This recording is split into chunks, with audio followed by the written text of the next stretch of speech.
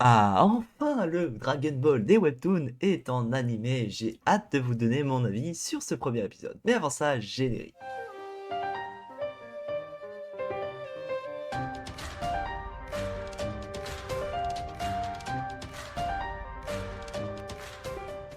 Bonjour à tous et à toutes, j'espère que vous allez bien. On se retrouve aujourd'hui pour la première vidéo de cette année 2024. J'espère que cette année va bien se passer pour vous et pour moi.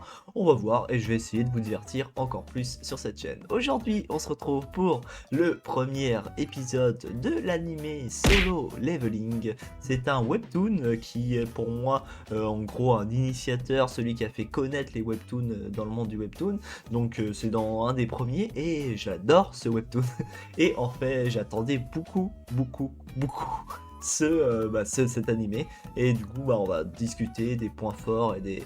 Enfin, selon moi, hein, ça va être très subjectif, hein, mais des points positifs et des points négatifs qu'on a dans ce premier épisode et qu'est-ce que ça peut engendrer sur la suite des épisodes. Donc cet épisode va résumer en animant entre le chapitre 1 et le chapitre 3,5, donc entre le 3 et le 4, hein, ça s'arrête environ à 3,5. Donc ça va être un épisode qui va résumer pas mal de chapitres, ça avance assez vite, ni trop vite ni trop lentement, donc c'est assez cool. Donc sans plus tarder, je vais vous dire les points positifs et les points négatifs selon moi. Alors pour ce qui est en gros des OST et de l'animation, j'ai pas grand chose à redire. Les OST et l'animation de cet épisode pour le moment sont pas non plus incroyables, mais sont vraiment cool. On voit bien la patte du coup d'animation, vu que c'est une animation japonaise, on voit bien la patte d'animation japonaise. Le seul truc qui pourrait déranger, personnellement là ça va pas déranger, mais j'espère que du coup ça va pas impacter là-dessus, c'est que comme c'est une animation japonaise, on a des traits qui sont un peu plus arrondis, un peu plus colorés et tout, contrairement au dessin coréen qu'on a, parce que c'est un webtoon coréen, Solo Leveling, au dessin coréen avec des traits un peu plus sérieux, et j'espère juste que quand notre protagoniste va être un peu plus évolué du coup dans l'histoire, vous verrez, ça va être environ dans les épisodes 2-3 où on va le voir commencer à level up, hein, quand il va commencer à... Je vais pas vous spoiler, mais bon, quand il va commencer à changer un peu. Et à ce moment-là, il va commencer à avoir un aspect un peu plus badass, un peu plus sérieux et tout. On va même le voir dès l'épisode 2, hein, avec une statue, hein, pour ceux qui ont la ref. Je vais pas donner plus d'infos dessus, hein, mais on verra à ce moment-là si les traits un peu plus sérieux seront là. Et j'espère que l'animation va pas censurer, parce qu'on a quand même pas mal de trucs qui peuvent être, on va pas dire trash, mais en gros il y a quand même certains trucs si quand même qui sont trash à l'intérieur de Solo Leveling, et j'espère que il y aura pas trop de censure. C'est le truc où je sais pas, on verra, mais pour le moment l'animation fait le taf, donc on peut pas juger sur le premier épisode, on verra par la suite. Autre chose, vu que c'est une animation japonaise, ils ont fait le pari de faire en sorte de ramener ce webtoon dans le Japon. On verra ce qu'ils vont faire par la suite, parce que pour le moment ça pose pas de problème, hein, que ce soit au Japon ou en Corée du Sud, on n'a pas trop de soucis, mais par la suite il y a des Japonais qui arrivent dans l'histoire, donc on verra ce qu'ils vont faire, on va voir. De toute façon, c'est une adaptation, donc à voir ce qu'ils vont faire. J'espère juste que ça va pas impacter sur l'histoire trop, et que ça va pas créer de problème, mais ça on verra dans les prochains épisodes. Sinon, ce que j'ai beaucoup aimé, c'est que Solo Leveling c'est un des premiers webtoons, et du coup on a pas mal de cases en fait, avec des cases blanches entre les deux, ça fait cases images, ensuite on a texte avec pas mal de blanc, ensuite cases images et ainsi de suite, ce qui fait que contrairement à d'autres mangas que j'ai pu lire avant, ou d'autres mangas en règle générale, il y a moins cette sensation de mouvement entre chaque case. C'est nous qui devons plus faire d'efforts pour imaginer le mouvement. Et là, je suis hyper content parce que l'animé a bien du coup décrit le mouvement et ainsi de suite. Franchement, ce qu'on se fait dans sa tête en lisant cet animé est vraiment bien représenté à l'intérieur de cet animé.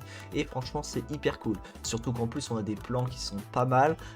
Par exemple, quand on a la rang S qui est arrivée et qu'elle a son plan où elle passe au-dessus des voleurs et tout, le plan est vraiment cool. Mais ça, d'ailleurs, la rang S, j'en reparlerai par la suite. Et pour parler du coup de l'animation, même le plan des combats, pour le moment, il y en a qui pourraient critiquer les combats, qui trouvent un peu mou et tout ça, mais je trouve ça cool ils ont passé un peu de temps, ils ont fait des rajouts sur les combats de notre protagoniste lors de l'intérieur de ce portail, puisque on voit que à ce moment-là, il est vraiment le plus faible et le type d'animation, le moment où il commence à animer, les plans de caméra et tout, montre réellement l'impuissance qu'il ressent et, et l'embarras dans lequel il est. Et franchement, je trouve que ça a été hyper bien fait et je suis hyper content là-dessus. Bon, pour revenir au rang S, on nous a présenté 2 rangs S du coup dès le début de cet animé. Ça pourrait, enfin personnellement, ça dérange pas pour le moment, mais je vois pas l'intérêt de ramener ces rangs S si tôt, sachant qu'en plus ils avaient une entrée badass à l'intérieur du webtoon. Mais bon, si c'est pour les amener, pour ensuite nous les montrer plusieurs fois dans les épisodes suivants, pour faire monter le suspense, je peux comprendre. Mais pourquoi les amener dès l'épisode 1 là, je vois pas trop l'intérêt, ça prend du temps à l'écran et ainsi de suite, donc franchement l'apparition de ces rangs S, même si elle est pas dérangeante, j'en vois pas trop l'intérêt dans cet épisode 1. Après au niveau narratif, enfin au niveau de l'écriture en fait, comme je vous l'ai dit, de l'animation de cet animé, je trouve que ça a été hyper bien fait dans le sens où dans le webtoon on nous impose un peu le truc, même si ça se lit quand même assez facilement, on met un peu quelques chapitres à comprendre un peu le monde dans lequel on rentre, alors que là dans la façon dans laquelle c'était construite, en termes de ce premier épisode, on comprend très vite dans quel univers on est, à quoi on a affaire avec les chasseurs et ainsi de suite, et qu'est-ce que font les chasseurs et ainsi de suite. Et franchement je trouve ça que ça a été bien fait, surtout qu'en plus on nous a bien expliqué dans les chasseurs le système de rang ainsi de suite, comment